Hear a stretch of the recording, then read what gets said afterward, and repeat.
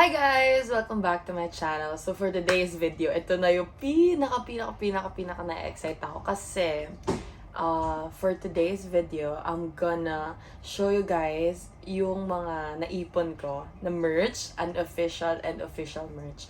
So ngayon, yung iba doon, galing pa siyang Pinas actually.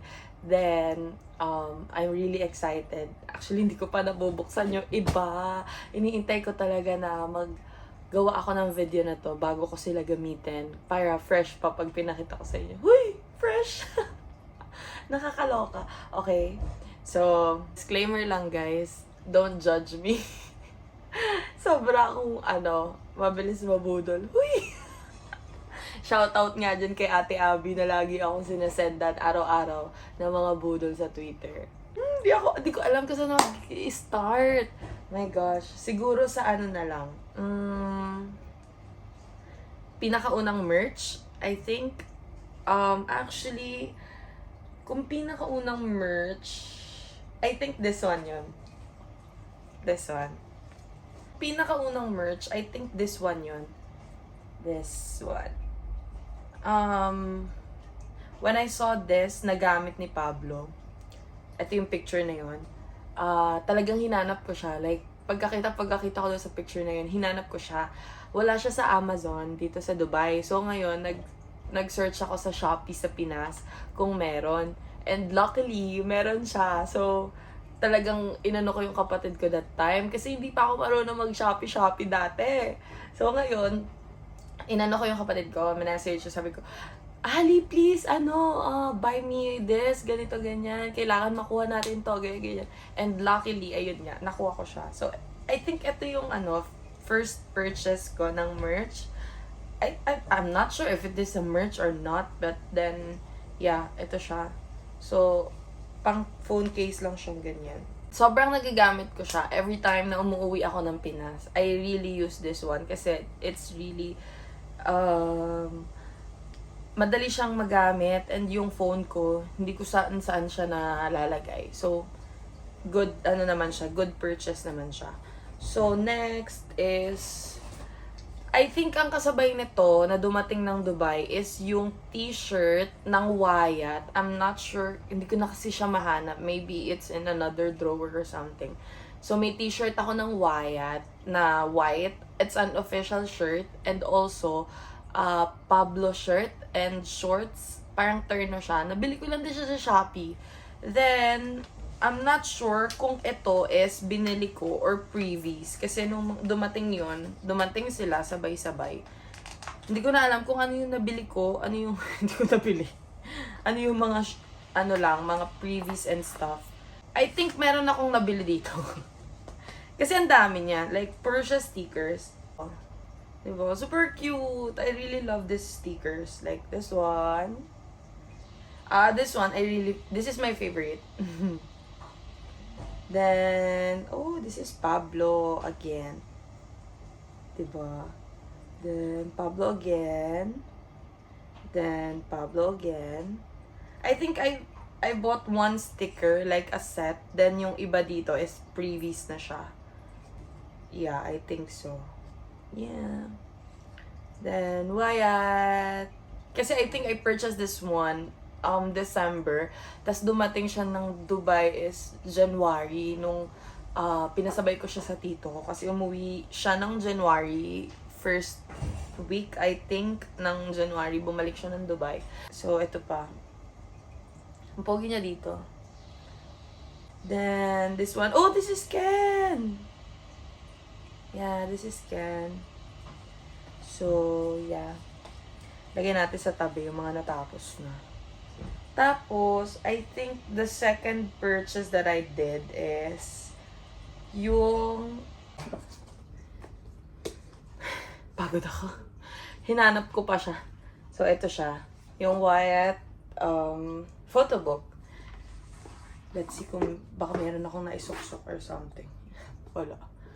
So, I think this is the first and the last photo book that I will purchase. Kasi, ang dami niya. Tsaka, hindi ako mahilig mangolekta ng mga things na hindi ko naman siya nagagamit. Like, parang sapat na sa akin itong ganitong kadaming photo book.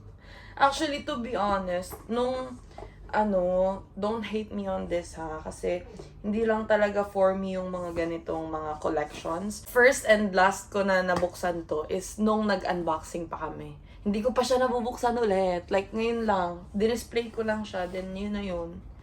Ayan siya. Wyatt photo book. Then, this is my first official merch from SB19. So, I'm really happy on this kasi hindi na ako bibili ng another photo book pa. Tipid tips. Joke. Then, the next is, I think yung Wyatt merch na eto siya. Tote bag. Wyatt merch tote bag. This is really usable kasi nowadays, to be honest, mas gusto kong, pag pumapasok ako ng office, mas gusto ko na nag-tote bag lang. Ganun. Parang cute-cute lang. Like, diba? But then, hindi mo mailalagay dito yung laptop. So, nagigamit ko lang siya kapag hindi ako nagdadala ng laptop. Ganun. Tapos, yung kasabay niyan is, I think this Wyatt shirt. This Wyatt shirt. Wyatt shirt, Dubai. This is Dubai. Syempre, Dubai. Dahil nandito ako. Ito yun. So, yan yung magkakasabay. Then, ito, binili ko din to. Itong pillow. This is an official merch. Then, I bought it here.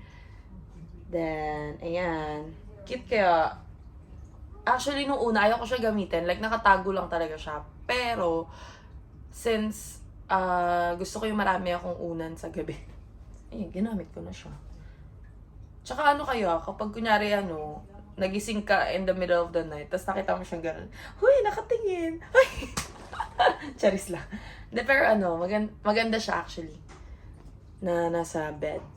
Then, next is, after that, ito ang pinakamahal na purchase ko talaga sa lahat, dahil. Kasi, this was the time nung nagpunta dito si Josh. Actually, meron akong poster niya na may sign with my name and yon. So, ngayon. Natawa ako. So, ipapakita ko na lang kasi nilagay siya ng mom ko sa pinakamalaking frame. So, eto siya. Yan siya. Ang laki-laki niya na frame. Mas malaki pa siya sa mga picture frames namin dito ng family namin. Nakakaloka. Tapos, after that, I bought this also. This is the parang pinakamahal. This is the expensive. Huy! Expensive. Ganyan. Ito siya. I'm not sure kung nakikita niyo siya lang maayos. Pero this is the one that Josh used or like wore nung nag-perform siya dito sa Dubai. Nung nag-concert siya dito sa Dubai. So, yeah. Kasi sobrang nagandahan talaga kami. Nung time na suot-suot niya yan. Habang kumakanta siya and stuff. Ang ganda niya kasi talaga. So, pinili na namin. Ganun. Then, after that, eto, hindi ko siya binili. This one. Hindi ko siya binili. May isa lang na 18 na nagbigay sa akin ito. So, ito. Tapos, ito siya. Actually, Josh bias siya that time. So, ito siya. Ito yung mga kasama niya nung binigay niya sa akin. This one, and this one. Pablo. So, ito siya. Actually, sobrang generous nga na nagbigay nito sa akin. Kasi galing pa tong Iloilo. Tapos, ang expected ko is ako yung magbabayad ng shipping. Kasi binigay na kanya ng libre. Tapos, ang is, hindi niya pinabayadan. Like, wala, dumating lang to sa bahay. Then, yun na. Hindi naman nag-ask ng payment or something. So, thank you, Mel. Thank you. Hi. Tuwa yung nanay ko. Tapos, I forgot. Kasi, this is, I think this is the first official merch na nabili ko. Hindi pala yung Wyatt photo book. Ito pala siya. Yung Dunkin. Like, guys, huwag nyo nang alamin yung kwento ng Dunkin na to dahil baka magulat kayo, Charis. Sobrang ko dito. sobrang karupukan ko dito sa Dunkin na to. Dunkin Stanleys na to. So, ito siya. This is Tel. Then, this is Josh and Justin. Then, this is Pablo and Ken. Tapos, alam nyo ba guys, yung malapit na Dunkin store sa amin, wala nang ganito. Tapos, nag-try pa ulit kami ng pangalawang store, wala na rin ganito. Tapos, parang sumusuko na ako that time na sabi ko, oh, sige, okay lang na nga, wag na nga lang. Or, I'll buy it, na lang, sa Shopee. Kasi I saw one shop sa Shopee na nagbebenta ng ganito, ng Dunkin. So, sabi ko, okay, sige, na lang, I might buy in Shopee na lang. Kaso, nung time na nagpunta kami ng Robinson's Galleria, that time, after church yun, nag-try lang naman ako, like, kasi sabi may Dunkin daw doon, ganyan. Pasok namin doon, so, umu-order na kami, ganyan. Tapos nagtanong ako, sabi ko, excuse me po, meron po pa bang Dunkin, SB19 Dunkin Standy, ganyan. Tapos, kinakabahan ako kasi sabi niya, titingnan ko po, i-check ko kasi the last time that I check, wala na po. Pero meron po kami box, sabi niya gano'n. Yung box ng ng pinaglalagyan ng mga donuts. Then, sabi ko, hala, sana kuya meron, ganyan yan. Tapos, chinek niya, so meron pang dalawa. So, binili ko na yung dalawa, binigay ko yung isa dun sa pinsan ko, kay Mika, kasi that time, fanay siya ng SB19. Ewan ko lang ngayon. Tapos, ayun, tag-isa kami. Tapos, the next thing that I purchased is, na-purchase ko lang din to it's a Pablo shirt. Na-purchase ko lang din to sa Shopee. Kay Aris. Yan siya. Yan. Sobrang natuwa ako dito sa print niya na to. Ang cute lang. Di ba? Ang cute. Tapos, yeah. Then, na-stress ako. Ang dami ko palang Actually, feeling ko nga ang onti pa niya. But then, hindi kasi talaga ako mahilig mag-collect ng mga something na hindi ko naman talaga maggamit. Like, I think once is enough na. For example, the photo book. Parang hindi na ako, nung pagtatag, nung naglabas sila ng mga merch, gusto ko sanang makuha yung photo cards. But then, sabi ko, kung photo cards lang yung habol ko, hindi na ako bibili ng photo book. Kasi, di ko naman din siya magagamit. Naka-display lang siya dun. Ganun. Malikabukan lang siya. Tapos, ayun. Then, the next purchase that I did is yung lagayan ng photo cards. Kasi that time, dumadami na yung photo cards ko. Like, bigay lang ng mga friends ko. Ganyan. So, ngayon, bumili ko nito. Emirates siya. Emirates yung tatak niya. Na, actually, this is a business card holder, but then, nilagyan ko na siya ng mga photo cards, Lomo cards, gano'n, na binigay lang din naman sa akin ng mga friends ko. Ganyan. I'll show it to you later, guys. Then, after that is, meron akong parang panganay na fanbase, gano'n. Sobrang malapit to sa puso ko. Huy! Di tayo magsa-soft hours for today's video. So, ayun, ang panganay ko, Arabian Wolf UAE. Ayan siya. So, ang ganda. This is the logo. Ayan. Tapos, nandito yung always choose to be kind, Pablo. Like, nung pinakommission to ni Ate Ina, tong logo na to, yung font na ginamit dito is really yung kung paano yung sulat ni Pablo. So, sobrang ganda. Tapos, ito yung likod niya. Arabian Wolf UAE. Follow them, guys. Sad lang kasi wala na ako dun. But then, he's still my panganay. Wow, he.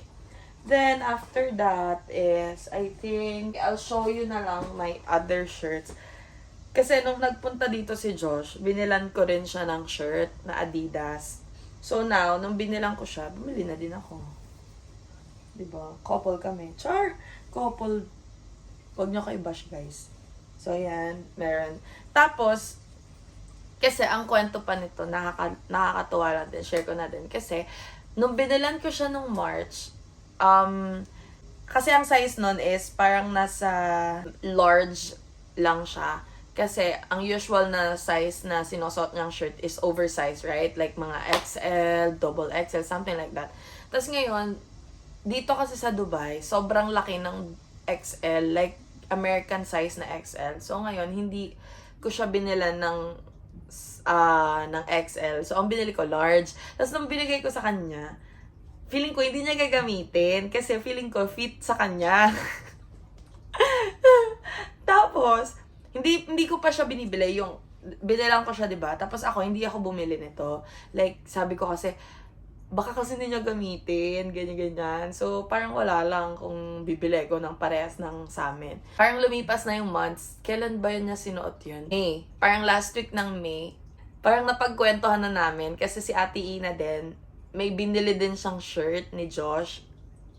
Tapos, yun nga, hindi nga ginagamit. Kasi parehas nga kami ng size na binili. Like, parang large parehas yung binigay namin kay Josh. Tapos, after that, usapan lang naman na, kailan kaya gagamitin ni Josh yun? Tapos, meron pa kami sinabi na, kahit gamitin niya na lang sa bahay, okay lang. Basta gamitin niya. Tapos, after that, nagulat na lang kami. Kunyari, Saturday namin siya pinag-usapan.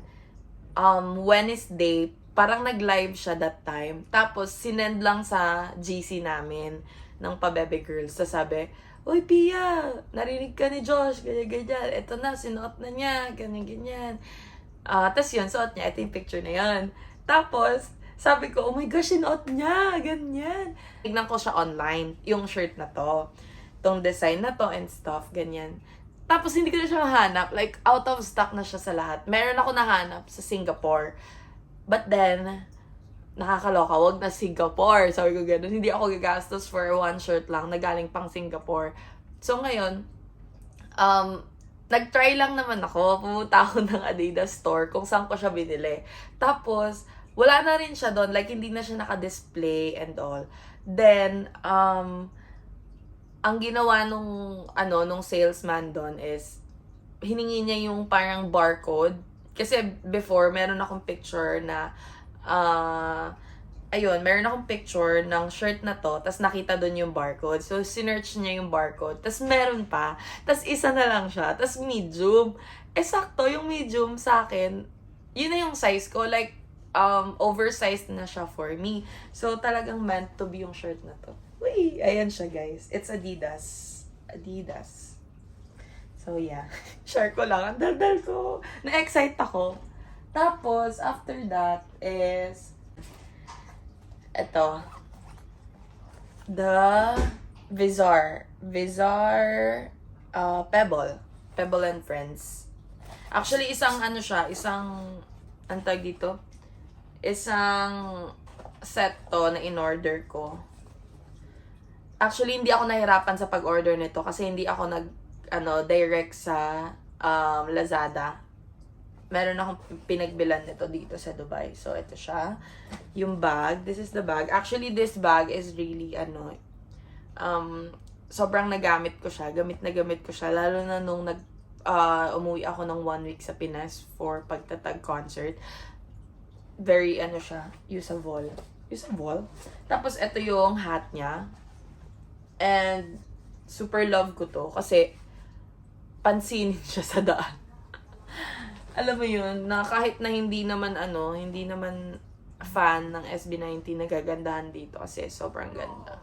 And they are asking for the brand. So, pag sinasabi ko, Vizar, sa Pinas po, ganyan. Very usable kasi nagamit ko din to nung nung umuwi ng Pinas and also nung nag-Jumeirah Madinat kami, nung nag-staycation kami. So, this is very usable.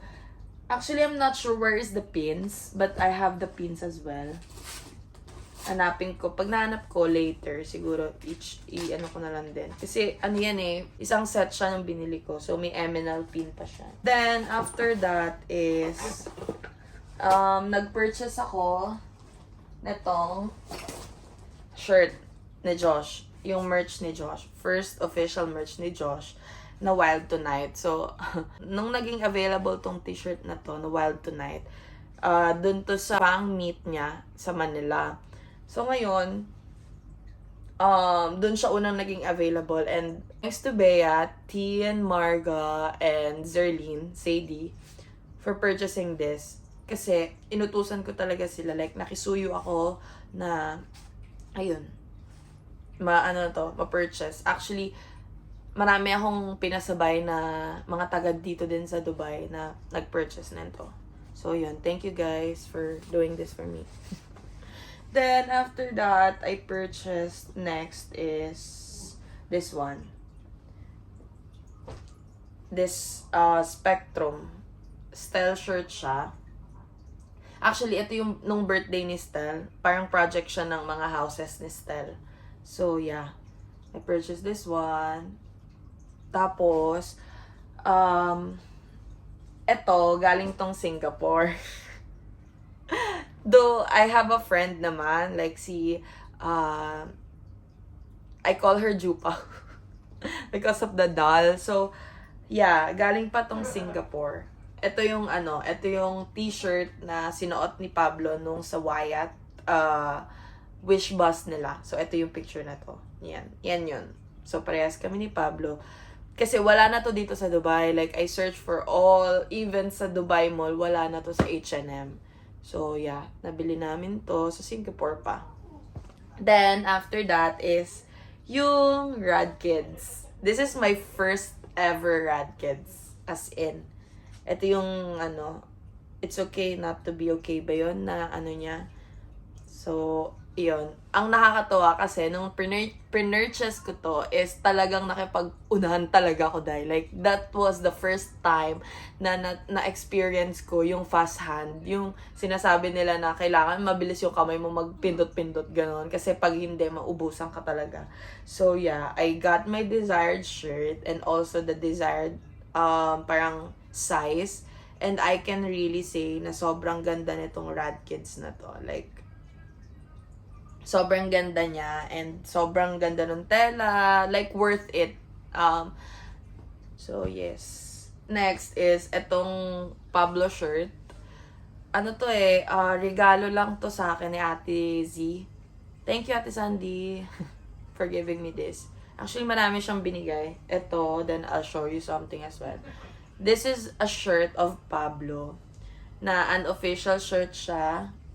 Binili niya ata to kay Gio. Yung sa Twitter. So, yeah. Thank you. Once ko pa lang siya nagagamit. Like, di ko siya magamit every time. Tapos, ito yung sinasabi ko na binigay pa ni Ate Z. Like, photo cards siya. Mga photo cards na nakalagay lang siya. And, super, super na in love ako. Kasi, different era ni Pablo. Like, may era ni Sejun, may era ni Pablo, 2018, 2019, 2020, 2021, 22, 23. So, ayun. Ang cute lang, no?